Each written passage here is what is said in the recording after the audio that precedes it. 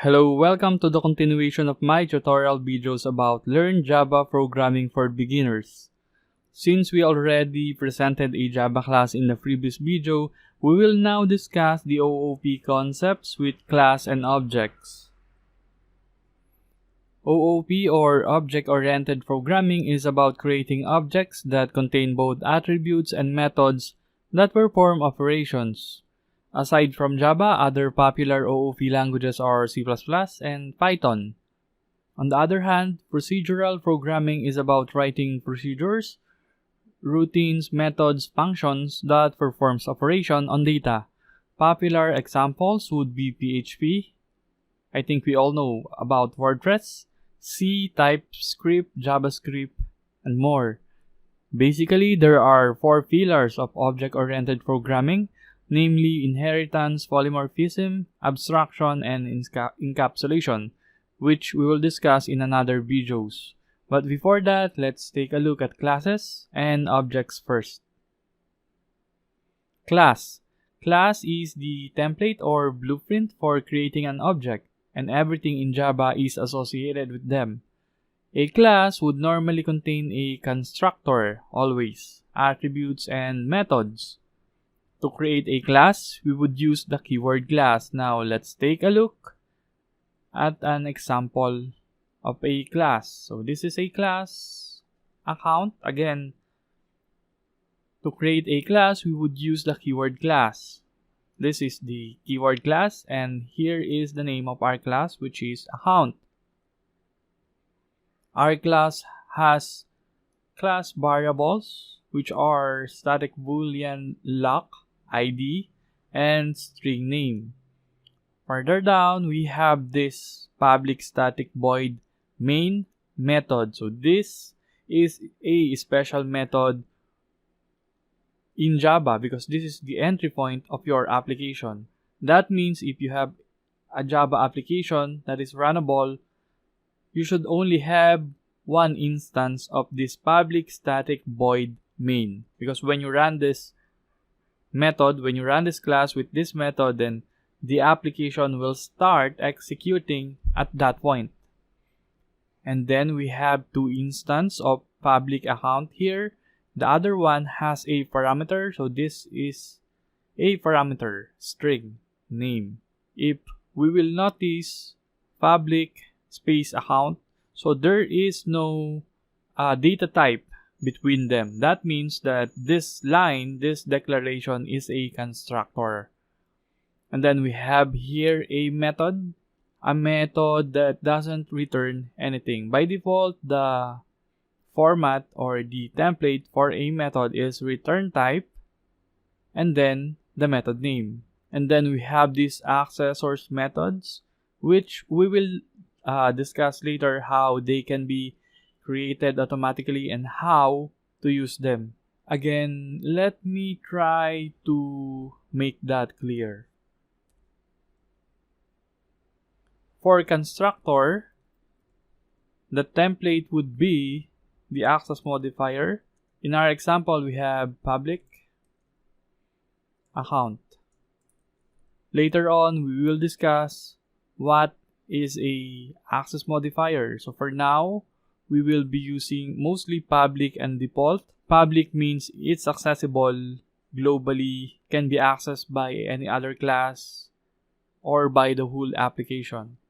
Now, that is the template for creating a constructor. Next, let's check at the method. So we have void print hello.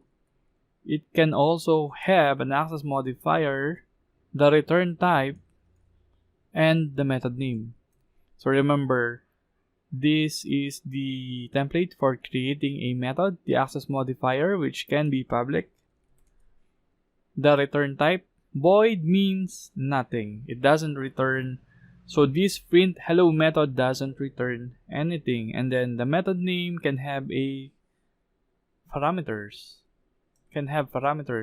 And that is true as well with the constructor. And let's try running our class. Okay, it's running. As I have mentioned earlier, this is the entry point of this application, the public static void main. it has string arguments. This string arguments is the argument in the console when we run this application. So I will show you how to run this application with arguments. But first, let's take a look at the object. Object. To instantiate a class and create an object, we will use the keyword new.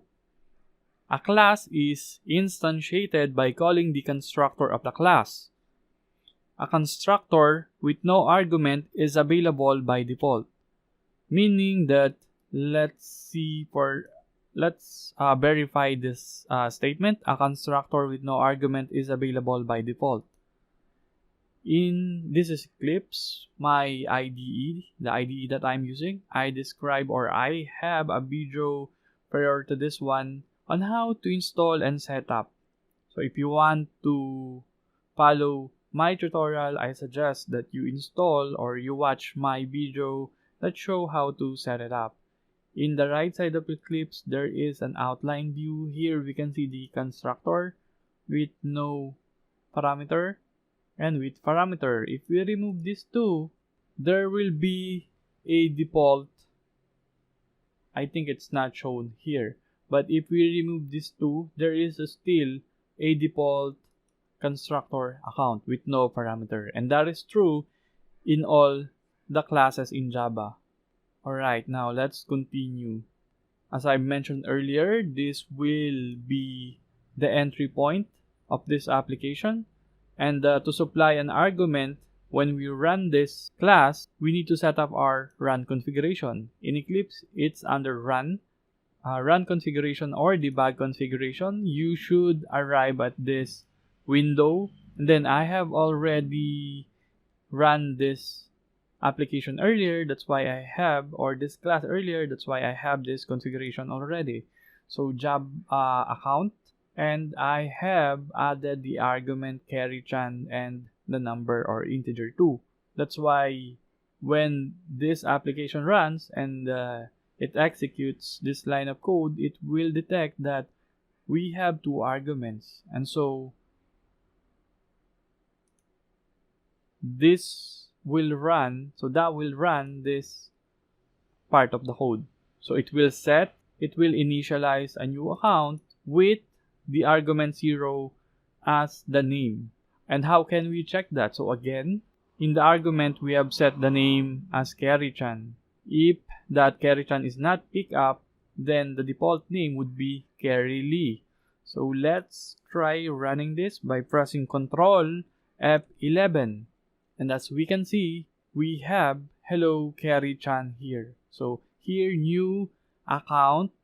The first argument is passed as the parameter of the account inside the account class. So it sets, so this line of code is called and the name is set with carry_chan. That's why when we call the print hello method, which is this method, it prints hello carry_chan.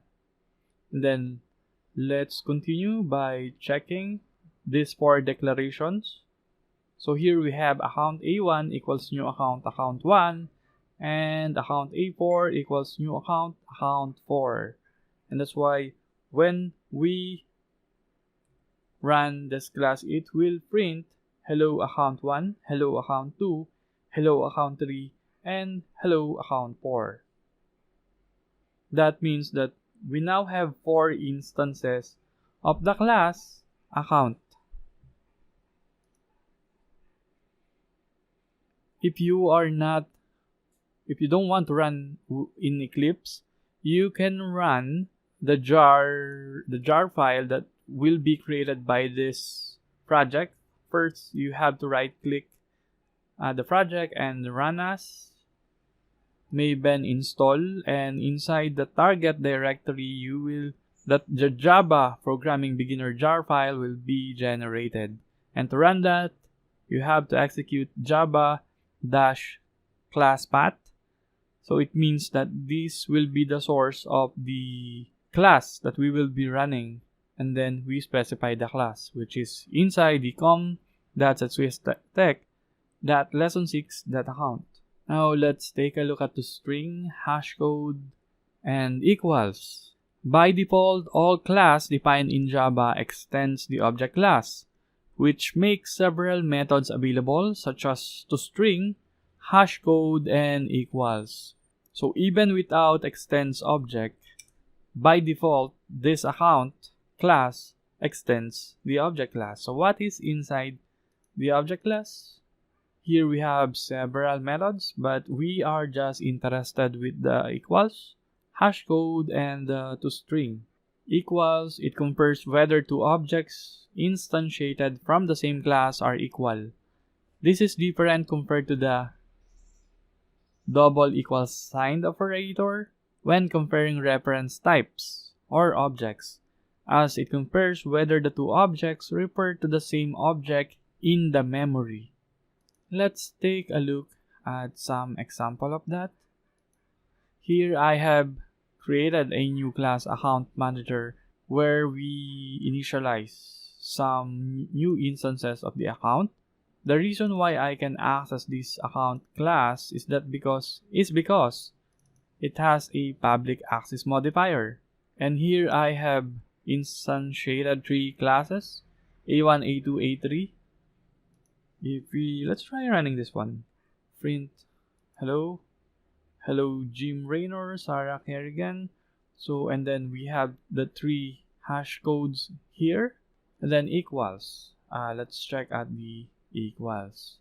This is the equal sign. We can see that A2 equals to A3 is false because as we can see they have the same name, but they are not equal.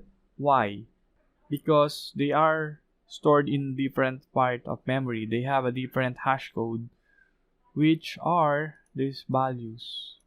And then we have the equals here. A2 dot equals A3 is also false because by default, the default implementation of equals is that it also uses the double equal operator, which is the same as the line here. That's why it's important to implement them. But before doing that, let's check first what is a hash code. A hash code, it returns a hash code value, which is an integer of the object. Hash code value is always the same on the same object. If objects A and B are equals, then they should have the same hash code. Invoking hash code with the same result does not necessarily mean that they are equal. This is due to the limitation of value available in integer. Now let's check again at our example and let's try implementing. So here we have Sarah Kerrigan. Although they have the same name, they have different hash code because they are stored in a different part of memory. And the operator double equal is equals to false, and the equals is also false. Now here, if we wanted to generate hashcode and equals method, we can press, there is a shortcut in Eclipse. By pressing Shift, Control, and S at the same time, this menu should appear. Again, Shift, Alt, S. And we can see here that we can generate the getters and setters, hashcode to string. So let's select hashcode and equals. And let's just use the field name to determine the hashcode and to compare two instances of the class with the equals methods. So here we have the hashcode computation. Again, it returns an integer value that is computed by the field name. If we have selected the ID earlier, then the ID will be included in the computation. And in the equals, we are also using the name field. Again, so now that we have defined a custom hashcode and equals method, let's try running the account manager again and see if what values we will get with the double equal operator and the equals method. Double equal is still false because, as I mentioned, they are stored in different hashcode. But as we can see here, the equals method is now true because Sarah Kerrigan is equals to Sarah Kerrigan, which is good. And then here we can see that I have compared A1 equals to A2, which is false because Jim Raynor is not equal to Sarah Kerrigan. A2 is equals to A3, which is true, and A1 equals to A3, which is false. If we will change this value to Sarah Kerrigan, then the transitive relationship will apply. Sarah Kerrigan, so A1 equals to A2, A2 equals to A3 and A1, therefore A1 must be equal to A3. And moving on, we have the toString. So toString is the string representation of the object. It's here, account ID. It's mainly used for logging. So for example, if we print A1 here, it will be automatically, the method toString will automatically be called, and it will print the account ID equals to 1 with the name Jim Raynor, because it calls this toString method. Next is defining methods. A method or function in Java is just a block of code that performs certain actions when called. Data can be passed to a method by a parameter. Here I have defined some methods, and as we can see, I have defined some parameters. How to define a method? Why define a method? For code reuse, as they said, define a method once and use it multiple times. What happens is that we put the logic inside that method, and then we call that method again and again as long as it can compute, it can do the computation that we want. For example, let's define a method public integer add integer a integer b and then return a plus b. So instead of performing a plus b whenever we want to add two integer values, we will just call the add method, like add 1 2, and that should call this method. But because this is a static, it will not work here. It will work in a non-static method. We will discuss that later, that you cannot call a non-static method inside a static block because they live in different parts, like they cannot see each other. Void method returns nothing, like in this case. We don't need the statement return. But if there is a data type between the public, the access modifier, and the method name, and we don't have the return statement, there will be an error, because this method must return a result of type int. A variable declared inside a method is called local. It is stored in a temporary state, meaning if we have a variable here, for example, integer is c is equals to a plus b, return c. This c variable is only available in this block. After this method execution, the variable c will be garbage collected in the memory, so it will be free. C will not exist anymore. Now let's check pass by value. Everything in Java is passed by value. Unfortunately, when passing an object, it passes the reference to that object, thus changing the value of the object inside a method. Change the value in the color as well. This is indeed confusing for beginners.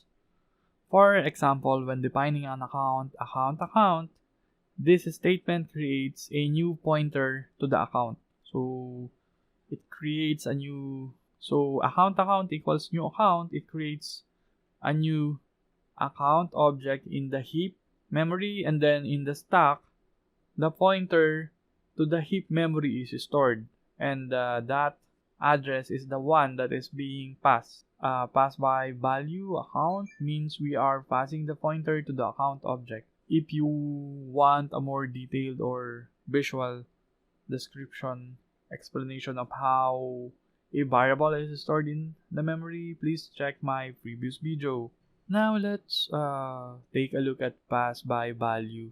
I have here the pass by value. Let's check it first. So here I have declared a new integer x variable which has a value of 1, and then I print it. And then let's try to call pass by value x, and then let's try to print it again, x, and let's check the log. As we can see here, I have declared this new variable x, and then I print it. It prints 1. And then I call the method pass by value x, and then I override its value to 10. But when we print the variable x again outside this method, it prints 1 again. System.out.println. Let's try printing it inside. So it's 10 inside. That means that the variable x is not overridden outside this method. That means that we are passing the value of variable x inside the pass by value method. Next is when we pass the value of an object, we are passing the reference to it. And that is what we have discussed earlier in the slide. And to prove that, let's check these next sets of statements. Account A4 equals new account Jim, and we are calling pass by reference, and we print the object A4. And when we run this, we will see that A4, and here we have set the account name to Seratul. And as we can see, when we print the A4 object, it prints Seratul because we pass the address of the object A4, and then we modified that object inside this pass by reference. So when we print again that object, the value of that object being referenced is now updated because we update this. We update the value inside the pass by reference method. Actually, there's no pass by reference in Java. I'm just using this name to make a point. Now, here is another example, pass by reference to A4. We pass the A4 here, and then I have instantiate a new account and set the name to Tasadar. But when we print A4, it still prints the Seratul, meaning it doesn't override the account variable that we have passed. So it's not passed by reference, because if it's passed by reference and if we instantiated a new instance of account, then we should have gotten this Tasadar name, but instead we got the Seratul. I hope that is clear.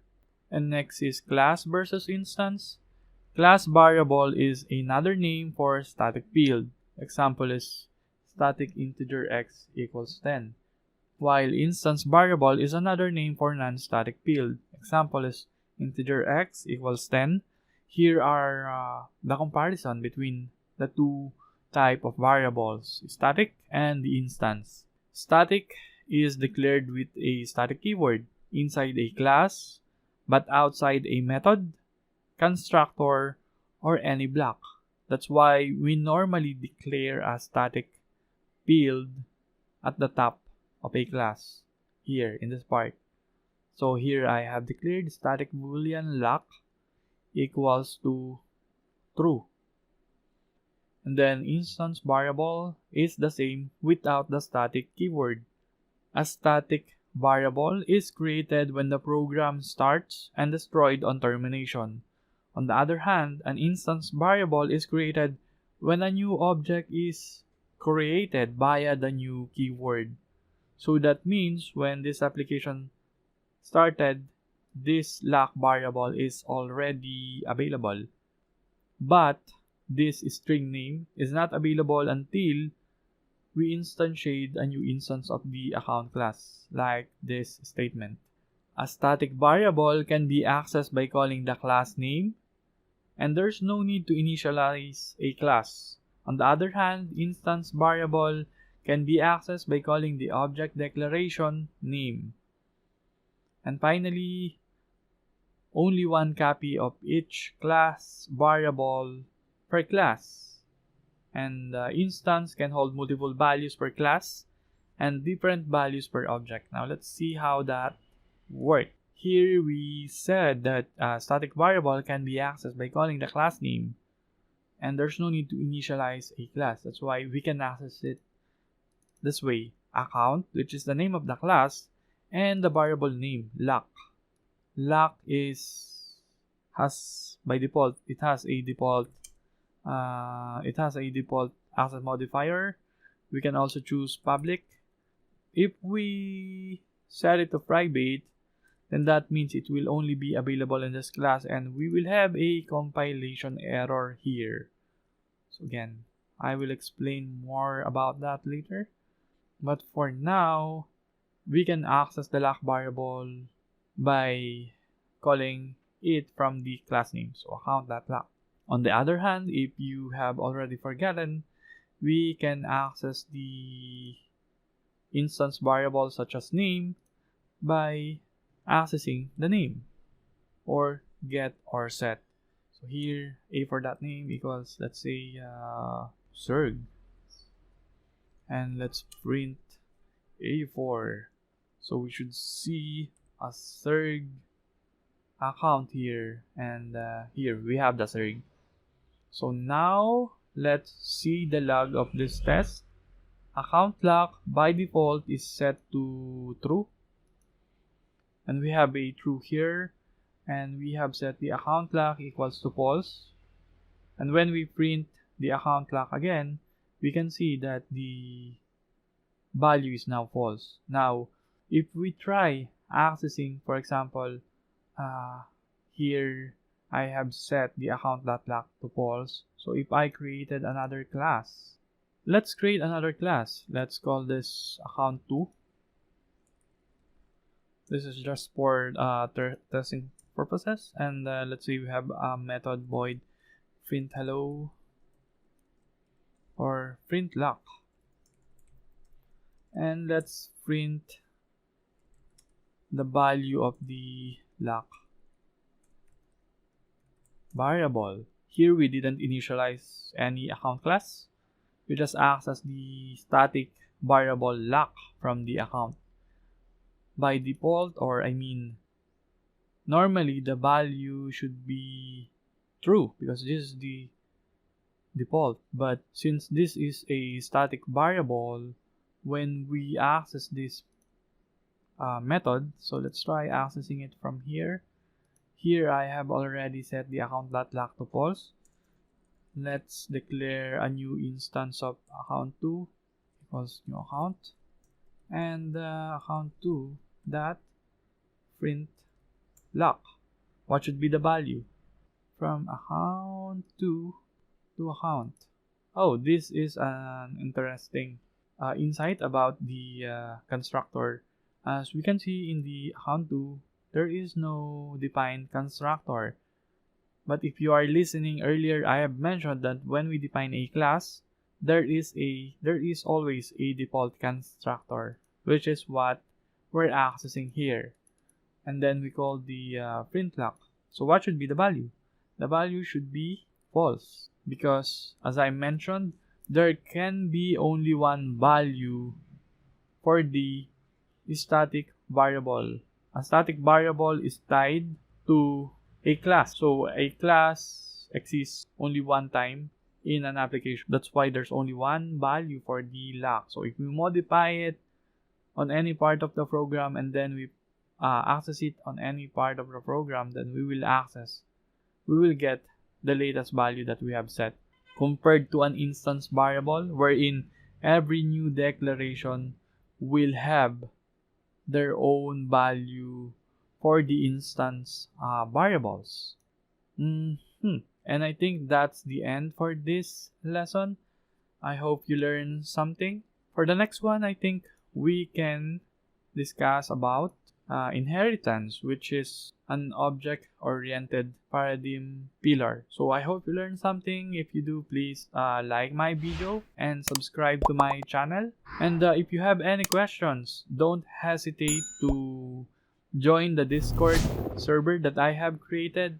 I have created that specifically so that we can discuss. If you have an assignment or if you have some questions regarding Java programming, don't hesitate to ask there. I'm also asking some of my friends to join so that we can have a conversation, a decent conversation regarding Java programming. Thank you for watching, and I hope to see you on the next video. Goodbye.